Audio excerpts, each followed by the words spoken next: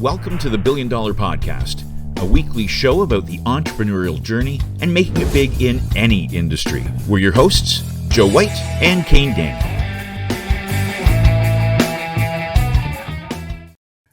So, we're already recording. Maybe we can... What was the Inquirer?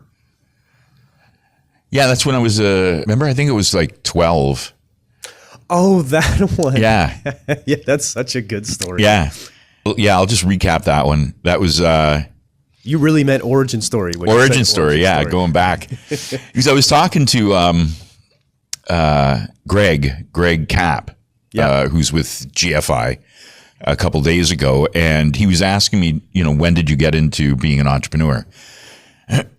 So I was thinking back, and I thought, there was, when I was younger, I worked on an assembly line, and in the packing section of it, and then, I saw in the newspaper that you can get a loan. So it's just call and you can get a loan in the classified section of the Sun. And so I did, and then I asked them, what's the process? And it's, you give us $150, and then you apply for a loan, and we broker the loan. We're loan brokers. And I thought, well, that was interesting. And this is how long ago? What year is this? God, I should check on this stuff. I want to say that then I was in my 20s. I was in my early 20s. Yeah. And I was making decent money, and I was the line steward on the assembly line. Yeah. So I'd seen everybody there that were in their, late 60s, and they were getting close to retirement, and they'd been there their whole lives. And I thought, this is not something that I can do for my whole life. That's why when the line steward, it's a union position, came up, I ran for it, and I thought I was doing something that I don't think anybody else wanted to. Because then when I got the role, it turned out that it was so time consuming, and people can be crazy. There was one guy on the line who came in 3 times late, and if you come in 3 times late, and that's over 4 minutes late, you get suspended. So the guy got suspended, right? And then he wanted to file a grievance, and he wanted to not be suspended. And I was thinking, you're an idiot. You should be suspended. Don't be late. And then I was thinking, why am I the union rep if I'm going to take management side? Yeah. And I just couldn't understand it, because it wasn't like he was working hard and he got ripped off or something like that. No, he was not working hard. And you're late, right? Yeah. Yeah. And so I saw I saw that ad, because I was thinking, I cannot do this for the rest of my life. I can't put in 40 years here and still have some sanity. So I was looking for something else to do. And then I saw this, and at that time, a little naive, I thought, how hard can that be? I always had that concept, if somebody else could do it, then I could do it, right? So, but and we can talk about that later, but that's what reminded me when I was talking to Marty about the ad in the newspaper that, oh yeah, I started out as an entrepreneur a lot younger than that. Yeah. When I was 12, I lived in a small town with my mom and dad, and it was an apartment. And you're not going to give a shout out to the town? No. And my mom used to get the National Enquirer. Yeah. Right. Like the World Weekly News and everybody knows the Enquirer now, but it was much more, at the time, it was more like the World Weekly News, I think, where it's like, I remember my grandmother saying, oh my goodness, you see on the front page here, there's a McDonald's on the moon. And just to be clear, this is pre-internet. Oh yeah. Completely. So this was your source of news. Yeah. Television, I assume. Exactly. There were no cell phones or anything like that. Now, the National Enquirer wasn't really the source of news, but you had newspapers, and then you had these things, right? So I remember I would read them, because they'd have some weird stories in them that were kind of interesting about, wolf men and half baby, half bear stuff. So I thought it was interesting, and then I would flip through it and then get to the back, and then see like money making opportunities, and I saw this ad. And it said, make hundreds of thousands of dollars, send $1 and a self-addressed stamped envelope, or as a SACE, as it was shown there. And it was just a little ad, and I'd seen a few of them, and I thought, oh, well, I could use a lot of money. And I wanted to get my mother, I'd seen in the local jewelry store, they had this vase. It was like a gold vase. This was the reason? You never told me that. Yeah, no, I know. But I remember seeing that, and I wanted to get that for her. But I had no way of making any money. Yeah. So, here's a good way to make some money. I just have to send $1. And I sent $1. And again, it was in the mail, right? So you send $1 in the mail. A week goes by, then another week goes by. So it's about 3 weeks, and I get a return. And it's like, oh, this is amazing. And it's an envelope. And it basically says, do this. And I'm looking at it like, what do you mean? And it says, well, the whole thing, there was like 5 sheets of paper in there, and you could boil everything down to copy these 5 sheets of paper, put an ad in your newspaper, and say, send $1 in a self-addressed stamped envelope. People will send you $1, and you send them this idea. Oh, dude, that is so good. I remember the first time you told me that, I was just cracking up. It's like the best story. The 12-year-old Joe wants to buy his mom a vase from the store. The only way you know how to make money is to send it in, and you get back, do this. Yeah, do this. And it was it was ridiculous. And I was looking at it, and I was thinking, and in one of the sheets, it said, this is legal because you're giving somebody something. They have to say that. Yeah, but you're giving somebody something. So 12-year-old Joe thought, as long as it's legal, this is good. I'm going to do this. So then I had to go through the process of contacting the National Enquirer and putting an ad. I put an ad in the Enquirer. Do you remember how much it cost to put that ad? It was a couple $100. So I had to save up all, and this was your first entrepreneur lesson? Yeah, it was my first investment. Yeah. So I invested in this thing, and the whole process was, like back and forth with phone calls, and I had to try to make it sound like I was older than I was. I was gonna say, was your mom answering the phone? Yeah. Asked for Joe White. No, yeah, and it's like when I called up and I said I want to put an ad in. I have a service, and so I got it in, and I had to send them. I had to send them a money order. So I sent them a money order, and then it got in. And then I started getting letters, and I started getting letters with dollars in them. And I started sending these things back out. And one day I came home, and my mother was like, where are all these things coming from? I said, don't worry, I'll tell you. And then I went into my bedroom, and I started opening them. And this was a short-lived entrepreneurial story. I was going to ask how many dollars you ended up getting. Yeah, not enough to cover the investment, by the way. So it should be don't do this. Come up with something ingenious, not this. But I got a letter, and it was from somebody who there was no dollar in the envelope. And the letter, it was a long letter, and it was someone who was from, I forget what country they were from, but they said that their family was starving. They didn't have any employment. They were broke. And this was a mother saying, I need some help. And if you've got this, can you please just send me what I need to do? Tell me what I need to do. And then I'll make sure that I pay you back. We're good people. We're honorable people. We will we'll keep this promise. And I looked at that, and I thought, what a piece of crap I am. This is horrible. Did you send her back what to do? No, I didn't know what to do at that point. I felt horrible, and I thought, I don't know what to say to her. She wanted to know the secret, how to make all the money. Yeah, just so she could take care of her family, right? Yeah. I mean, and I at that point didn't have the concept of how things like this could affect other people, and how desperate some people could be. I mean, I was doing it for first world problems, right? I wanted to get my mother something. Yeah. And then somebody sends a letter saying, we can't afford to put food on the table.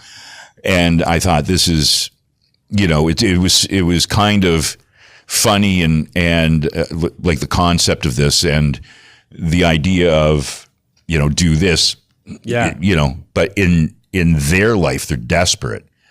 So I just felt like crap. And I thought, you know what, I can't do this anymore. And I'd only had the ad in 1 week, right? So I never renewed it. You know what you may have done is took all the dollars and sent them to her. Yeah. Well, see, now you're making me feel like more crap. You could probably find her. Just go through your mail at home. Oh yeah, for sure. Yeah. That stuff's long gone. That is I think a good origin story that you were 12 years old. Yeah, and you know what that kind of taught me from an entrepreneurial standpoint is it really, like, I was a very impressionable age, right? And I think what hit me there was if I could help her, then it was a bunch of emotions at the same time that I felt shameful. I felt, but there was also something that started to develop, and I think that was, if I could help, what could I do if I could help somebody who was having a hard time? What would that look like? And I was too young to flesh that out at the time, but I think that simmered in my mind for years, and eventually started to display itself in things like what we've done together to help people, right? And I think that came from, they say everything comes from your childhood, right? Yeah, I didn't know that. I guess the way it manifested was helping people. I think, at its core, I think that's probably where it came from, because some of those lessons that I learned early on, like there was a Christmas time and my aunt, I was even younger than, it was probably single digits. My aunt gave me clothes, and I remember opening the present and looking, oh, thanks, and then throwing it away and going to the next one. As you do. And she cried. Oh, wow. And I still remember that.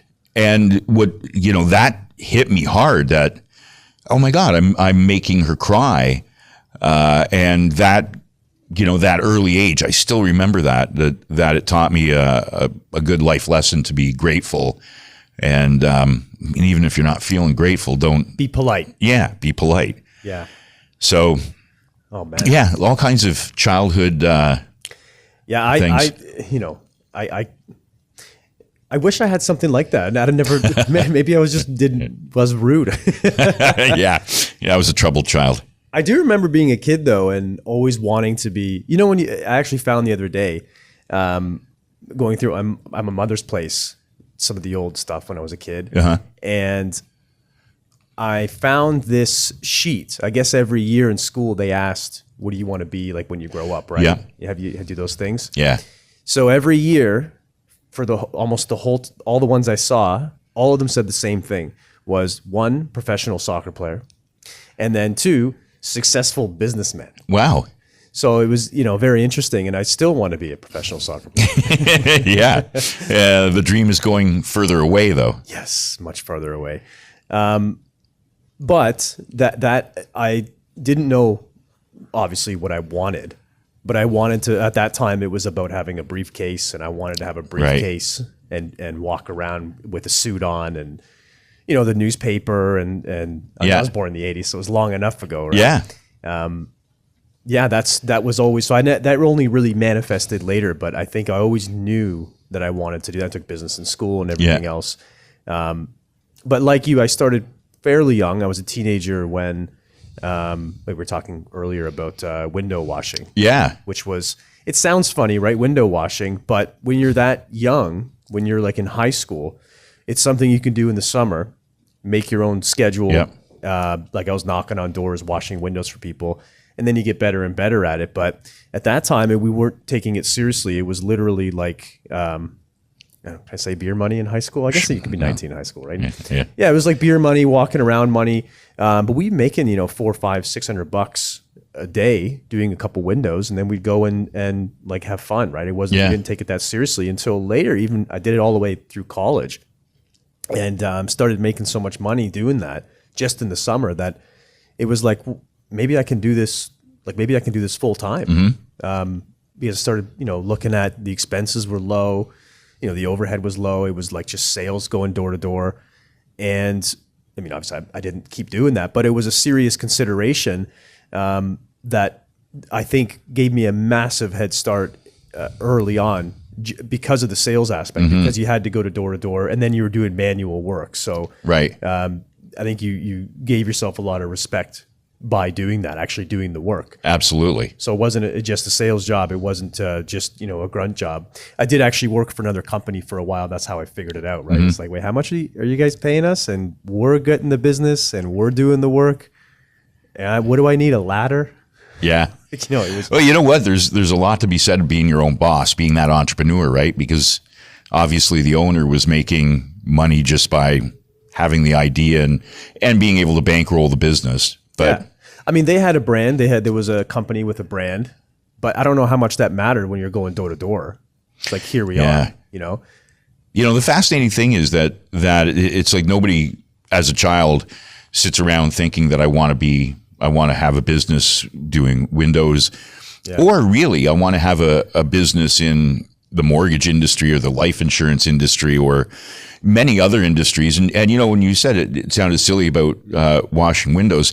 I mean, most millionaires are self-made anyway. The ones that are self-made are doing things on selling products that we probably don't know about and don't hear about. Yeah. I mean, there's so many pieces to the supply chain that people make money at.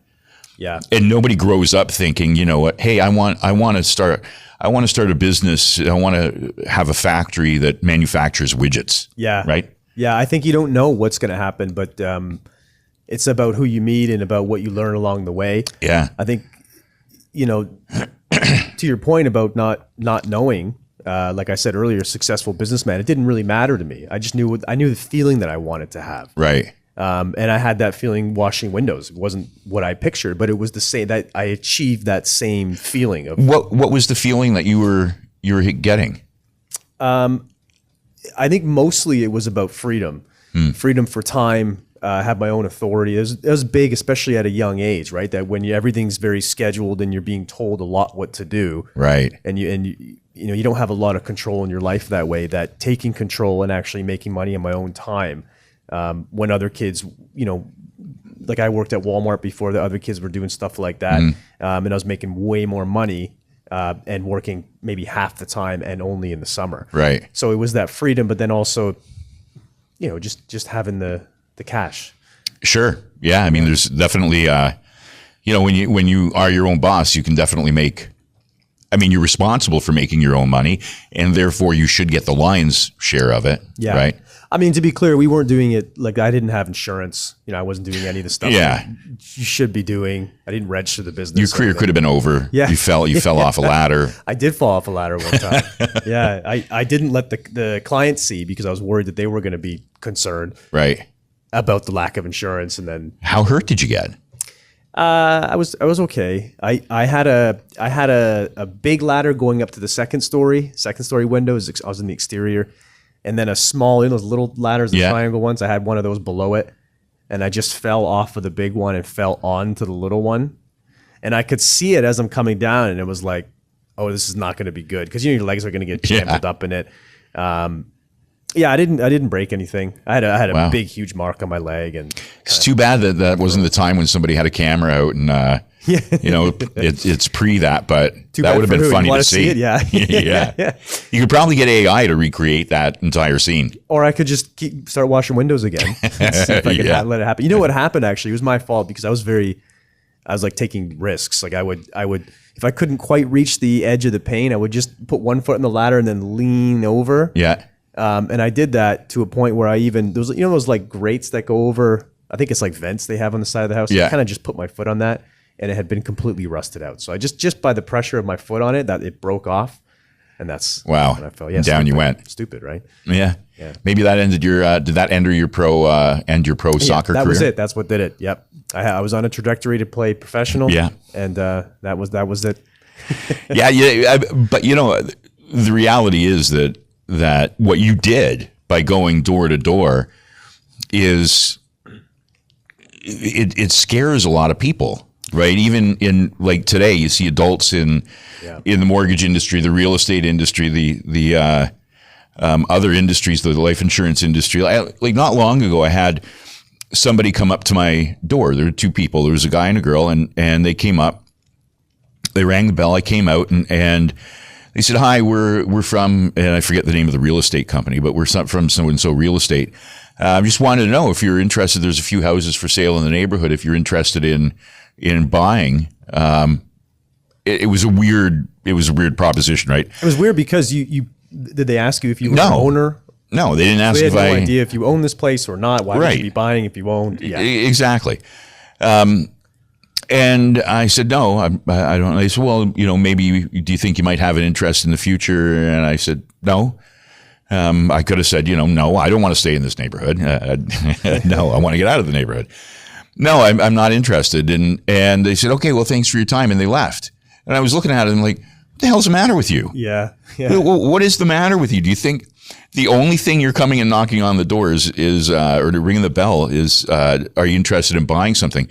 At least you had they had the nerve to come up, at least have something to give me. And can I get your, would you like me to send you some stuff on properties in other neighborhoods or whatever, right? I hope it was maybe yours was the first door of the first time, because I think you learned very quickly, you have a captive audience. Mm-hmm. That's not even an objection. They shouldn't have probably never asked the question that way.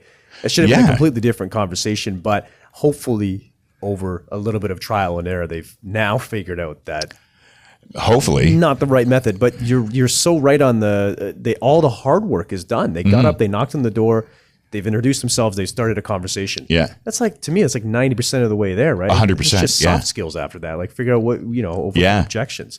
I mean, they would have had a better shot if they'd said, "Hi, I'm a local real estate agent. Do you have any need for using a local real estate agent?" Maybe then I could think, well, I might be interested in, do you know any investment properties or maybe you could tell me how much my place is worth. Maybe I'd be interested, like have it completely open. We talked about that a while ago with some of the evaluation tools that are available now for like brokers and real estate agents. Is doing mail drops or even going out and saying, hey, your neighbors, I pulled your neighbor's place or I work with them if you did, and it's worth, like realtors do this all the time, right? It already happens. They do the evaluations, but it'd be really cool if you had a report for that house that you would bring to them and say, do you want to see this? Yeah. It's pretty cool. Here it is. That would be way more compelling to me than. For sure. I mean, they could have knocked on the door and said, you know what, they pulled a purview on one of the other properties and this is what the a neighbor's property is worth this much. And I can't tell you exactly, but I got a report on it. But I'd love to know if you'd be interested in finding out how much your property is worth, if you might be interested in selling or something. Yeah. Even going back to the window washing, when I would go door to door, I would go to a neighborhood, pick the neighborhood, and then just I'd canvass it a little bit first, and then just walk into a couple houses. And I would immediately tell them, my name's Cain. I'm from this. I'm in your area doing one of your neighbor's windows, and just want to see if you wanted yours done as well.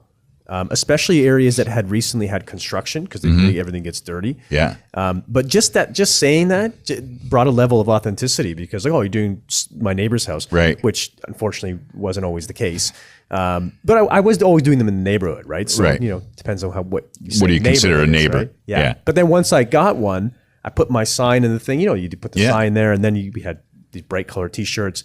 And I always said, we had people spend the most amount of time you can in the front of the house. People can see you and they come up to you, right? So sometimes I just wash the same window for a while I saw other people that come out. Right. So, and the point was that I think, like going door to door, having that some sort of conversation to start with that I was at your neighbor's, or I saw your neighbor, or I was working with this person, or here's your house evaluation, or here's one there. It's way more effective doing that cold. Yeah, absolutely. You need something to warm the person up. And you know what I just thought about when you were saying, if it's construction in the area, that in and of itself is just a small example of how you're looking at what's important to a potential client, right? Yeah. So you're in a neighborhood where there might be construction, so they might have dirty windows that they need cleaned. So you've already identified something that may be important to them, and you're going in to solve a potential problem they have. 100%. Yeah, it was constant. The other thing to look at that time was windows that had like high windows where there was no second story. So those houses you go into and they have huge windows that go to the ceiling. Yeah. Most people can't clean those inside or out. So, every time I used to drive, when I was driving somewhere, I just saw a house like that. I would just stop and be like, try to knock on the door and be like, hey, you want these windows cleaned? Because I know they're really tough. And then you get the whole house, right? Yeah. It's fascinating. It's not as hard as I think people play it out in their mind. It's just like when you were a kid or you're younger, when you first started dating, and the question is, what exactly am I going to say to her? What exactly is she going to say back? Yeah. And, it's too terrifying. I don't know. And I used to think about that when I was a kid, like going to parties or going out and talking to people I didn't know. So I don't know what they're going to say. So I don't know what I'm going to say. So I'm not going to go up to them. It's like that fear of the unknown, right? That you don't know. And then, it's like, what is the worst case scenario? And the worst case can be pretty bad if you get rejected terribly at a party. Well, that's the thing, right? People say, what's the worst thing that can happen? They say no. Well, no, it can get a lot worse than that. You could be emasculated and you get away from me. Yeah, exactly. That's a no, but it's worse than no.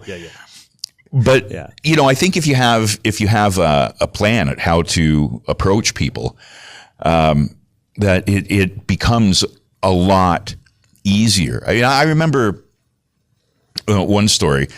I was in the mall. I was at a bookstore, and I was looking. The mall, the whole front of the bookstore is open.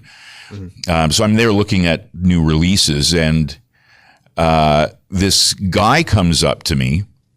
And he had his kid with him. He had a little kid with him. This guy comes up to me and he says, so you like to read? And that was what he said? Yeah. So I looked around and I thought, like, I had competing things going through my mind. First thing I thought, this is a guy. Why is he's hitting on me? Maybe he likes you. No, he's got a kid with him. Can't be that. What's going on here? And I said, yeah, I like to read.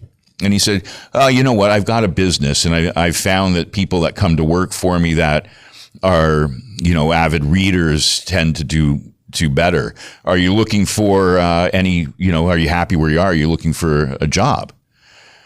And I said, oh, that's interesting, but no, I'm not. He said, okay, well, it's in the computer industry and it's in websites, but so you're sure you're not interested in maybe finding out more? And I said, no, I'm happy exactly, I'm happy where I am. And he said, okay. And then he walked away. He started walking away. And then I was like, well, hold on. And he turned around and I said, how often does this work for you? Yeah. I'm glad you asked that because I'm wondering the same thing. Yeah. And he said, not very often, but I've hired some good people. They work from home. I have hired some people this way. It doesn't happen very often, but whenever I have a chance, I see somebody I think that might be interesting. I take it. And I said, okay. And then he left. Mistake. He left.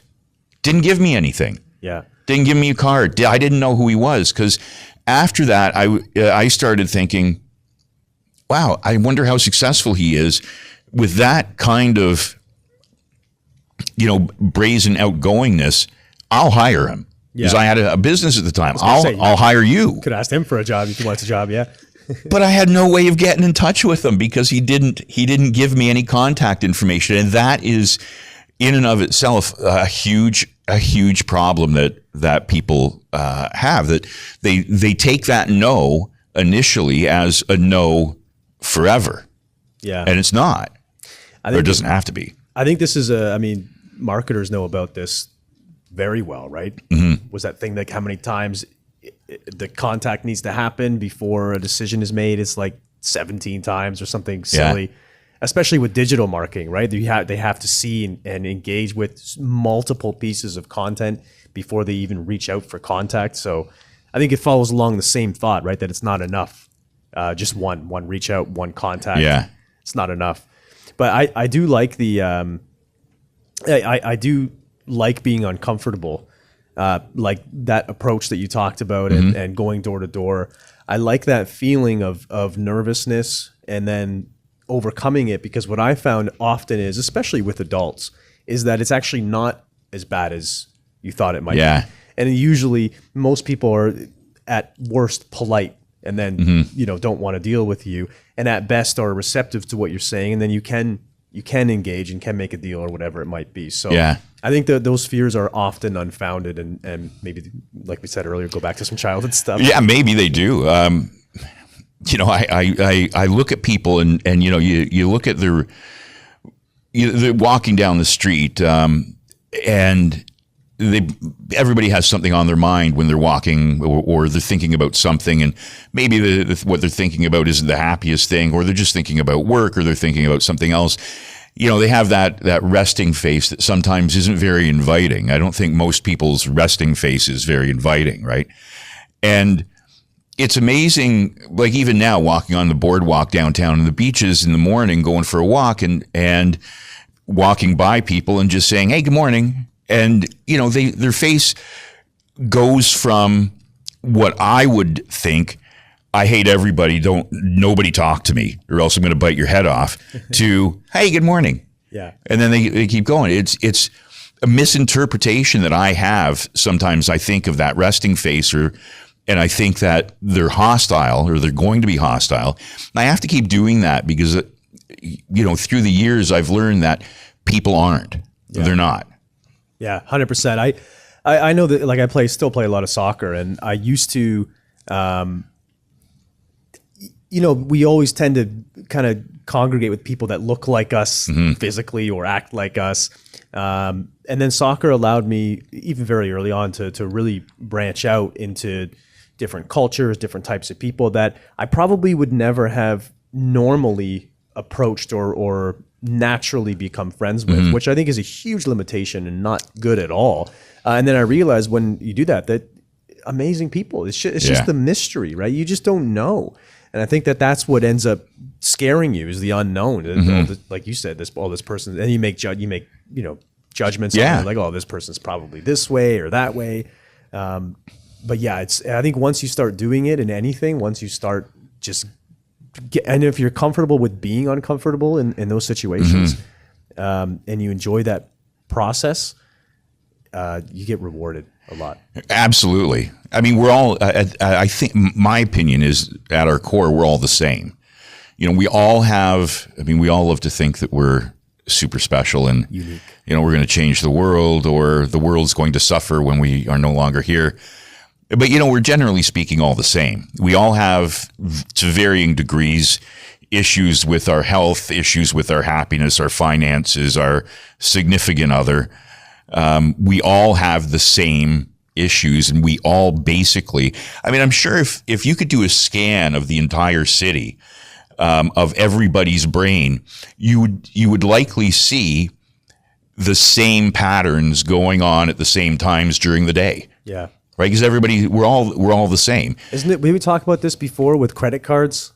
Yeah, and like credit card companies that they can predict to a 90-something degree exactly. Yeah, where you're going to be at any one time. I remember hearing an interview. I think it was the president of Visa who said, "You know what? If we look at your data, we can tell with 96% accuracy what you're going to do tomorrow and where you're going to go." And then you think about it, that that we do the same things almost every day, or on a pattern. Yeah. If it's not the same day, it's different days, but we go the same places. We get comfortable with what we do. And that's something that I remember watching a TED Talk on. And this woman was talking about, if you want to expand your social network, go places and do things that you don't normally do. Now that sounds easy, but what she was saying was, take a different route to work. You'll see different cars. Yeah. Come into work a little earlier, leave a little later. You'll see different people in the hallways. You'll have an opportunity to meet with different people. Go certain places during the mornings or in the evenings. Go for walks. And you can do that online as well, right? Just go to different places at different times, and you'll see different people, and you come into contact with them. The other thing she said that was interesting was, take a look around you and take a look at how many people look like you, and then take a look at the people who don't look like you, and ask yourself a question: who do you feel more comfortable going up to and saying hi? And you can forget about whether they look like you or not, but just try and gauge, does that look like somebody who'd be friendly and who'd I'd want to have as a friend? And her point was, if you keep going to people who are similar to you, you're not going to expand your network. If you go to somebody who's much different than you, they're going to introduce you to other people very different from you, and that will expand your network. And I think that's a great story for business as well. Oh, 100%. I know it's called The Person You Haven't Met Yet. I believe that's the TED Talk, what it's called. I don't remember her name, but I do remember watching that as well. And at the time I was living in a condo, and it was like, yeah, for sure. I used to take, the elevator up and down, and I started getting off at the elevator and walking down a couple floors. I would take a different door out of my condo, and I went to a different coffee shop, and it was, you do that for long enough, and it's true. You meet a bunch of people that maybe you never otherwise would have met because you get stuck in this pattern.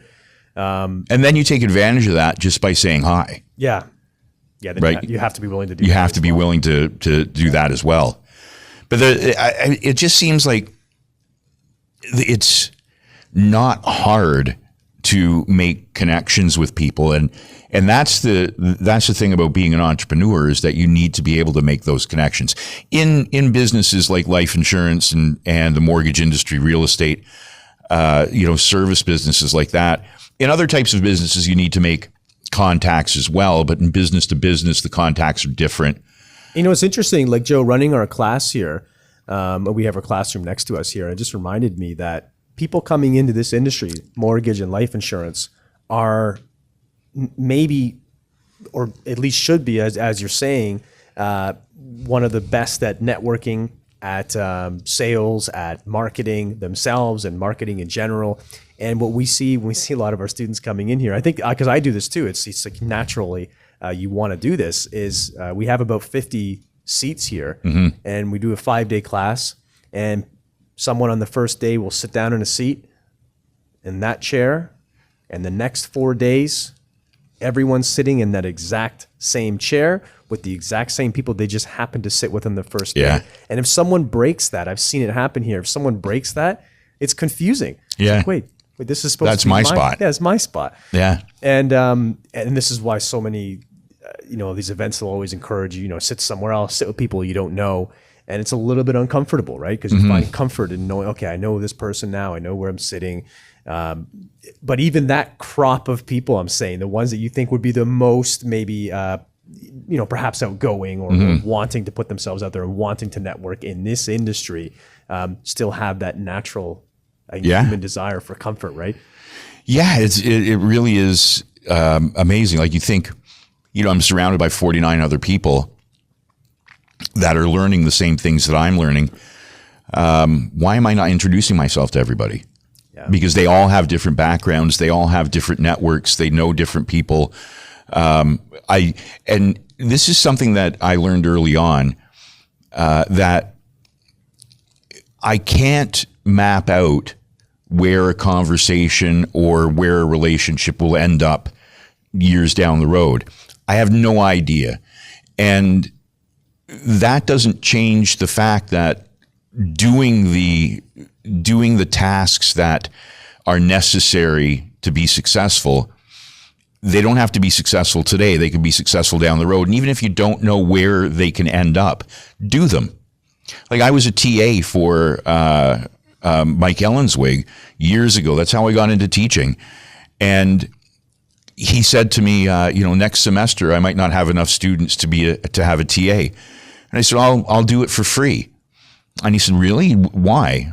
And I said, I don't know how this is going to benefit me, but being in front of new people on a regular basis coming into this industry that I'm in is certainly not a bad thing. Yeah. It's not killing me. It's not taking all of my time. How can this be a bad thing? There has to be an upside to this. And it turned out that gave birth to my entire career. I was just going to say that it's you kind of make your own. Some might say, "Oh, you were lucky to be here at this time," and it's like you kind of make your own luck because you like you said, you had no product then, right? You had nothing really to offer other than just the expertise that you had at that time as a teacher's assistant, as you mentioned, which is not getting paid. So you have to really have your antennas up and grab it when it's there and when it can come. And that's actually a good point. So. What year? I don't want to keep aging you here, but what year was that? When did you start the TA? I was in the 90s. 90s. Just go by decade. Yeah, 80s, the 90s. 2000s. I was I don't remember exactly. I got into the industry in the late 80s. But but it was at Seneca, right? Yeah. So at Seneca as a TA in the 90s. Ellenswig was the teacher. How long did you do that for until because you took it over eventually, right? Yeah. I started out as a TA and then, the industry started to grow. We started to get more students and I was TAing and there was a need for instructors. And at that time it was just basically him. And I ended up being like his protege. And then rest his soul. Many times he would sit there and just say, Joey, put it on the board. I remember him telling me to put some math on the board, and I'm looking at him like, this was very early on. I don't know how to do this. I remember you told me that was early on. You hadn't gone through it with him yet. No. And he's sitting there like, Joey, put the math on the board. Yeah. So I'm going up and I'm writing down. I'm looking at him, and he's got his back to me now because he's sitting at the desk. I'm like, Michael, can you look at this, please, and just give me a nod if I'm in the right direction? But so I was his protege, and then I started filling in for him. So he would take some time off. I would fill in for him, and then the program coordinator had me start to take a class as more students were coming in. The industry was becoming more popular, so I started teaching classes of my own. Michael started to, back out of it a bit as he was getting older and focusing on other things. He had started Symbol, the Canadian Institute of Mortgage Brokers and Lenders, that has now morphed into MPC. But I remember at the time, they've got 16, 17,000 members now, but they were in the hundreds then when he was building it. So he's focusing on that. And then I got into the teaching, and then I loved seeing people start to get it, and then when they start to understand these concepts, asking them, do you know people that would benefit from the knowledge that you're getting? And it's I know somebody that didn't know this about mortgages. I didn't know about this that I should tell them about. And then the big thing at that time too was that this was the only provider, right? So it was just Seneca that you were there. You grew into the program. You were doing it, but you were also brokering, right? Or in the industry. So this was a part-time. Exactly. Yeah. I mean, at that time, what a lot of people now who think about the good old days of the education don't realize is that you didn't have to take this course. The regulator at the time, Fisco, strongly urged people to take the course, but the way the legislation was, a brokerage would register their agents with Fisco. They wouldn't get them licensed through Fisco. So there was no licensing requirement and no course requirement. Did most brokers want to see that when they were hiring? They'd want to see that the course completion, because the course was also much longer then, right? Yeah. And more expensive and It was, different yeah. than it is now. It actually wasn't a lot longer. It was about the same number of hours as our course. But it's semester based. That's Exactly. So you had to, you could do it one night a week or So longer in duration, but not in necessarily amount of content. right, yeah. So yeah, it was fascinating, and I just fell in love with doing that. So when was the transition? So how did you get from part-time teaching in the brokerage industry full-time to out of the brokerage industry into full-time education? Yeah, it took me until I founded Remick to do the education full-time. Because while I was teaching, and then I ended up running the program at Seneca, the financial services underwriting post-diploma program, and I was hiring instructors and putting some courses together and stuff. But while I was doing that, I was also I was a regional director, a regional manager for a couple of brokerages, national brokerages, and I was hiring agents and mentoring agents. Then I was national sales manager and VP of sales for a couple of B-type lenders. So I was doing both, right? So it was a lot of fun. But there gets a point when you can't have. Yeah, that's a lot of work. Yeah, and so things happened. I had an opportunity to write a textbook. And then when I wrote the textbook that Seneca started using in this program, because earlier on we'd been using the University of British Columbia's textbook. Yeah. So they started using my textbook, and then I formed Remick and founded the company, the course around that textbook, and then now it's the rest is 14 history, years later, thereabouts, still going. Yeah. It's it's so nice. We talk to our teachers here and other people we know in education. We talk about what is it about teaching that you enjoy, or what is it about this industry, the education industry, you enjoy. And it's nice that every time we talk about this, it's clear, you fell in love with it, right? I mean, yeah, the money wasn't necessarily there right away at all. Right. It really was, like you said, seeing those light bulb moments from students and seeing their success. We talk about this a lot. We have some students that'll come back. And we had that guy in our office, and he was like a truck driver for 14 years. And he came into our office. I think he brought cookies or something. And he was so happy. Yeah. And he said, last year I made $100,000 in my second year, and my previous whole career as a truck driver, I was making $50,000 or something. So yeah, he was that story just had the excitement on his face, and he had his family there.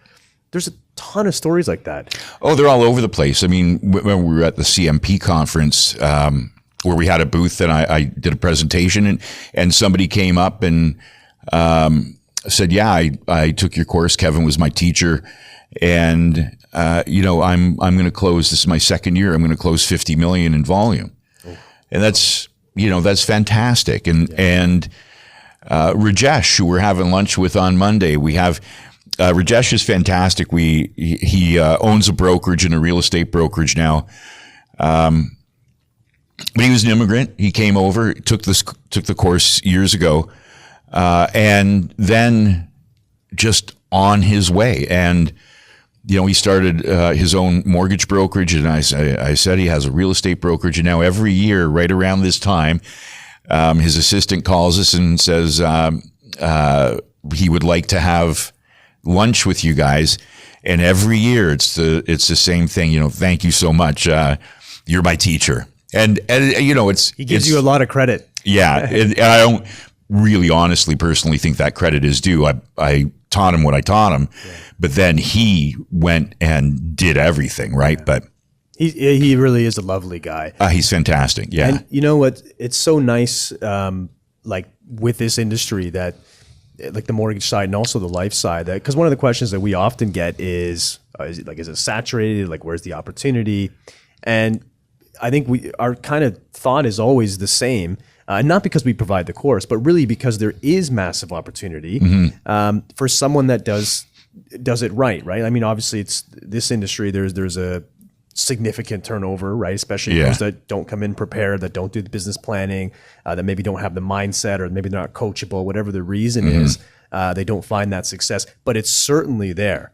And when people might say, it's saturated, and then we'll see someone come through and crush it in their first year, it's like, wow, there's a lot of opportunity in the industry. Yeah, it's only saturated if you think it's saturated. It's somebody's doing business, a real estate agent is doing business with another mortgage agent until they're not doing business with that mortgage agent, and they're doing business with you. And it's certainly not saturated. I mean, if it was saturated, everybody would, have an insurance policy through an insurance agent, and everybody would be getting their mortgage through a mortgage broker. I was just going to say, on the insurance side, there are and we know this because, we haven't always had, like, as we're talking about, our flagship has been the mortgage. That's what you started Remic on. And then it was like 6-7 years ago now, we decided to get into the life insurance, to offer that course, the HLQP.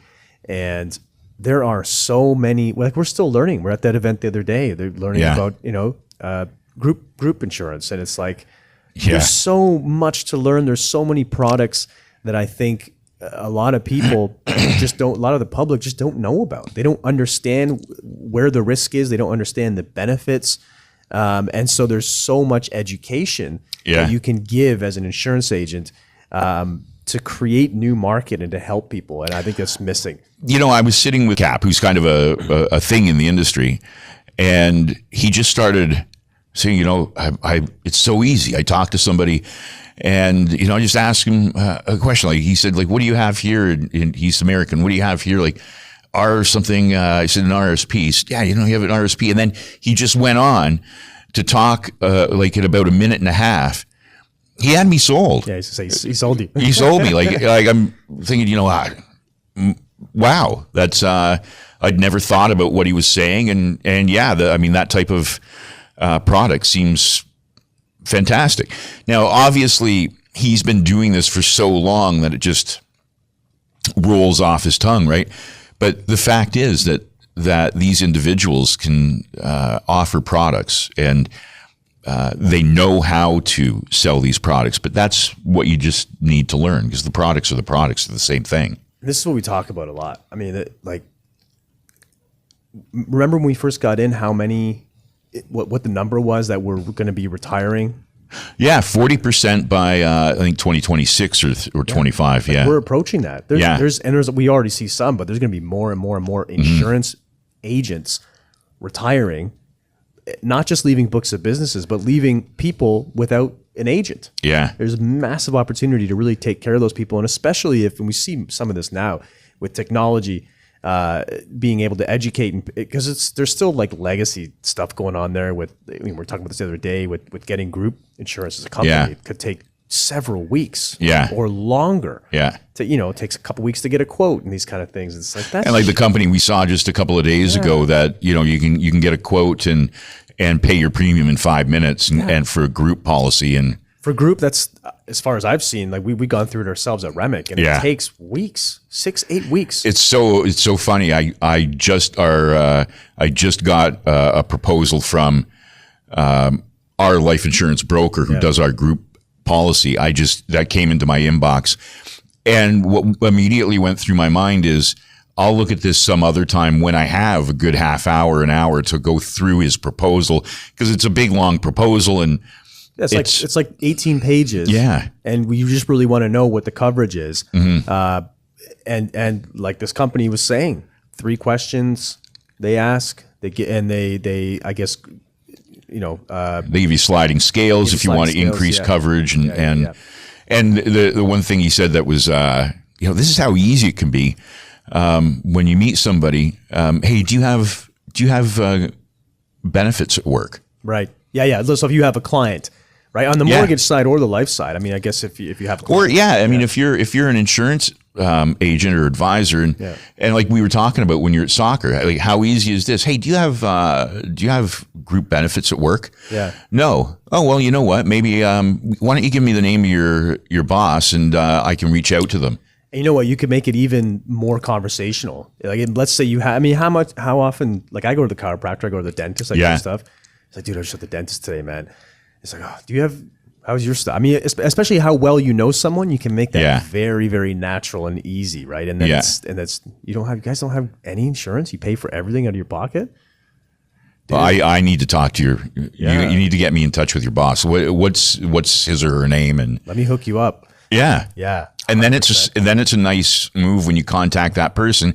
Hey, I was speaking to one of your employees, or this person from your organization, and like we were hearing that most of these organizations are small. You had 10, 20 people in them, small businesses that really benefit from this type of advice, and it's not hard to get to talk to the decision maker. And it seems like there's a fear out there starting with businesses or focusing on that. Yeah. I think there's maybe a misconception that it might be easier to start with individuals on that basis. But Yeah. I think it's,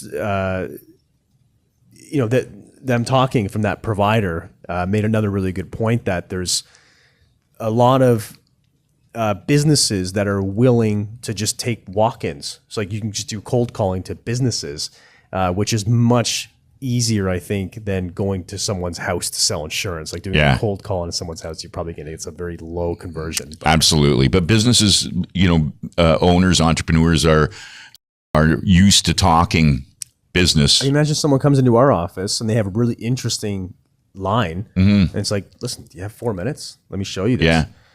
Or not. Like it might not work, but I think you're going to get a higher degree of it working at businesses than you will for such. Absolutely. Yeah. But there are just so many strategies that it just takes the ability to be, as you mentioned earlier, coachable, and the ability to learn, and the openness to the fact that nobody is scary. Yeah. Everybody wants to do something that's of value for themselves, and this is what you can offer them. And isn't that really the thing? I mean, how many episodes have we done now of the $1 Billion Podcast? Because I was reviewing them earlier, and we usually ask a question about industry, like who would you hire? What do you look for when you hire someone? And I suspected this, but didn't realize to the degree that which people in this industry, in the mortgage and the life side, are not hiring for the most case from what we've seen, not hiring for your background, not hiring for your education. They're hiring for mindset. They're hiring for how coachable you are, how driven you are. Those are things that anyone can have right now. Yeah. I think that's maybe something that's less understood about this and other industries like this. I think that's really super important. Maybe the whole concept of The Secret, where you just manifest things and you think them into existence. No, same here.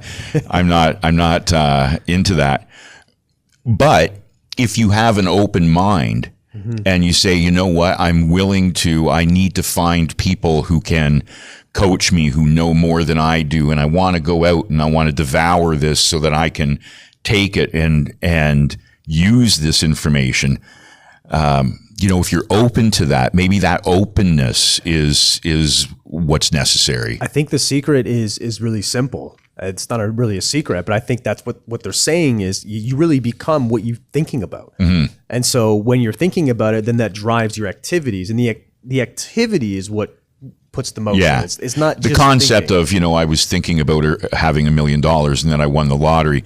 That's not the thing. I think that's silly. Yeah. Yeah, I think that's wishful thinking and harmful in many cases. I think what it really is what are your actions and how are they driven by your thoughts, right? 100%. Yeah. And if you have that right mindset, then and that's the thing. You got to get in the right mindset. The world really is an open door. You just have to make that decision that, I'm going to go through it and embrace what's on the other side. And again, the reason I brought up these interviews we've done, we've talked to some of the biggest leaders in the industries. And this is it's not even me. This is what everyone is saying, that this is what they're looking for.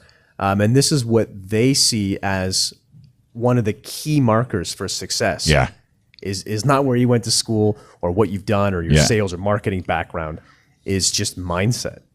Yeah. Like perfect, right? I mean, you talk about somebody who's a truck driver. And who's now crushing it. It's not because they were a truck driver that they're crushing it. Right. It's because of the mindset, and they just happen to have been a truck driver. So you can happen to have been doing anything as a career or as a job, but the mindset is the same as that truck driver, is the same as that person that worked at McDonald's or was a server or was a financial planner or worked at the bank. All of those mindsets are the same. Their histories are different, but the mindset's the same. And isn't that's going back to what we were talking about earlier? That's what gets me excited, is seeing that transformation, hence our missions, right? Yeah. Transforming students. Because it really is. You get something from that you can't purchase. A really good feeling of seeing people find that success. And then, it's our job to help them realize the opportunity and push them there. And that's, they're going to do it or not. But, now, just to clarify that, soft skills are great, like, knowing how to sell, but you can learn all of that with the right mindset. Yeah, I mean, you can, there's not really much you can't learn if you're a willing student, right? I mean, somebody might say that, they're too abrasive or their personality is this way.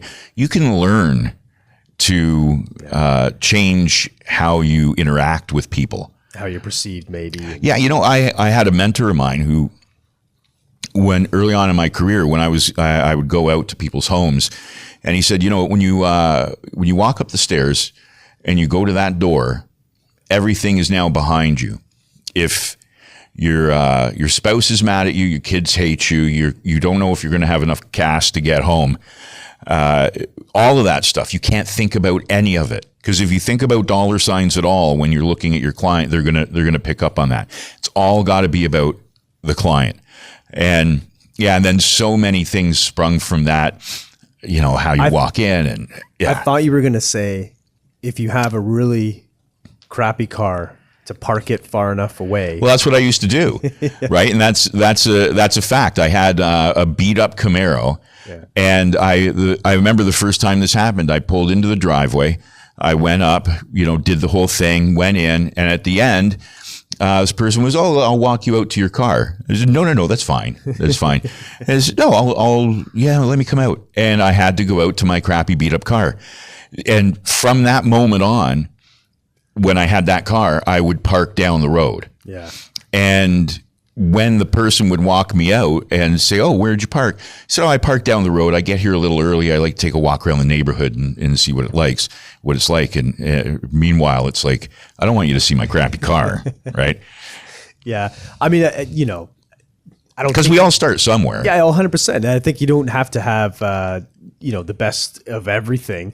For me, I'm not a big car guy. So for me, it's like about economics. So, but if it is a beat up car, I mean, you want to have some. Yeah, no, it was a beat up car. Yeah. It has seen better days. Yeah, you don't want to have a beat up car or beat up shoes. Exactly. You want to, even if you have to wash your clothes every day, because you only have one set of good clothes, you want to present. Well, right? Yeah. But these are all kinds of things that we can talk about going forward, because we've got lots of stories. Like the one story that I went into this guy's house, took my shoes off and took a step. Yeah, it was squishy, because then I heard the cats. We got lots of stories and lots of time and lots of things to talk about. So yeah, this has been a lot of fun. Yeah. Looking forward. This is our first one, so it's easy. Yeah, just have a chat. Exactly, just have a chat, and next time we'll have a drink, and it'll be December. Yeah, exactly. All right. Cheers, man. Ciao. Thanks for tuning in to the $1 Billion Podcast. Make sure to subscribe to the show so you never miss an episode. For more in-depth entrepreneurial insights, follow us on social media, and for more info on the show, go to billiondollarpodcast.com. See you next time.